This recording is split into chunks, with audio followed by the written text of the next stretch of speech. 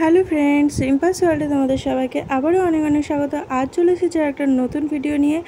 আজকে তোমাদের সাথে একটা নতুনত্ব কিছু রেসিপি শেয়ার করতে চলেছি। এটা আমিও এর আগে খুব একটা করিনি।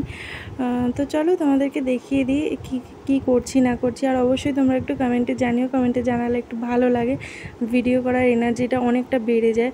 তো এখানে আজকে পনিরের একদম নিরামিষ একটা রেসিপি করছি, তার জন্য নিয়েছি এখানে পনির কিউব করে কেটে নিয়েছি ক্যাপসিকাম, টমেটো, ফ্যাটানো টক দই, 2টো কাঁচা লঙ্কা, আর নিয়েছি অল্প একটু আদা গ্রেট করে। আর এখানে 4-5-6টা মতন ওই কাজু বাদাম নিয়েছি, আর 1 প্যাকেট পোস্ত, আর নিয়েছি ধনেপাতা।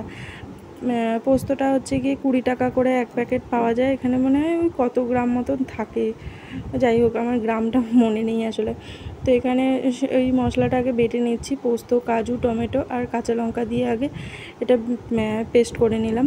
আর টক দইটা আমি একেবারে ফেটিয়েই রেখেছি, আর ফেটানোর দরকার নেই। তো এখানে আমি পনিরগুলোকে আগে ভেজে নেব, একটু নুন আর হলুদ দিয়ে আমি পনিরটাকে ভেজে নিচ্ছি। তো পনিরটা ভাজার সময় আমি জাস্ট একটুখানি হলুদ ইউজ করেছি। আর বাদবাকি এর পরের রান্নাটায় আমি একটুকু হলুদ ইউজ করব না, তো সম্পূর্ণটা আমি হলুদ ছাড়াই করব।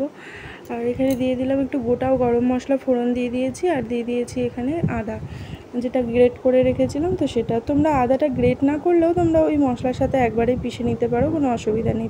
এখানে দিয়ে দিলাম ওই টমেটো, ক্যাপসিকাম, আর পরিমাণ মতো নুন দিয়ে দিলাম। নুন দিয়ে বেশ ভালো করে নেড়েচেড়ে এর মধ্যে দিয়ে দিলাম ওই যেটা পেস্ট করে রেখেছিলাম মশলাটা, সেটা দিয়ে একটু ভালো করে কষিয়ে নিতে হবে। কষানোর সময় একেবারেই নাড়াচাড়া করলেই কিন্তু কড়াইতে লেগে যাবে, কারণ কাজু বাদাম আছে।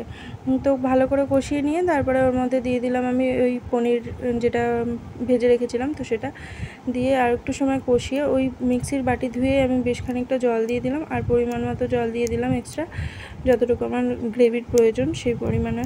এখন একটু পাতলা লাগছে, কিন্তু একটু পরে দেখবো ওটা বেশ খানিকটা গাঢ় হয়ে যাবে। আমি এখন একটু ঢাকা দিয়ে ফুটতে দেবো। এখনও একটু পাতলা আছে, তো আর একটু সময় ফুটলে এটা একদম ঠিকঠাক হয়ে যাবে। দেখো এখন কেমন গাঢ় হয়ে গেছে, আর আমার সেরকম ফোটানোর দরকার নেই, ঠিকঠাক আছে। তো এখন আমি দিয়ে দেবো ওই ফ্যাটানো টক দইটা যেটা আমি ফেটিয়ে রেখেছিলাম, আর দিয়ে দেবো একটু গুঁড়ো গরম মশলা যেটা আমি বাড়িতেই তৈরি করে রাখি, মানে গোটা কিনে এনে বাড়িতে গুঁড়ো করে নিই। আর দিয়ে দেবো বেশ খানিকটা ধনেপাতাটা আমি একটু বেশি ইউজ করলাম।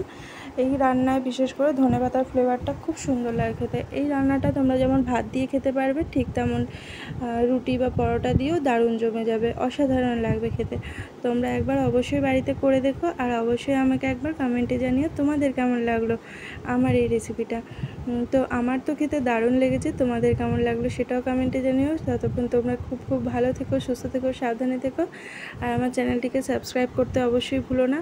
আর অবশেষে একটা কথা বলি, মানে এই যে আমাদের যুদ্ধ, তো জানি না কবে শেষ হবে এই যুদ্ধ, কবে আমাদের দেশ একটু শান্তি পাবে তাও জানি না।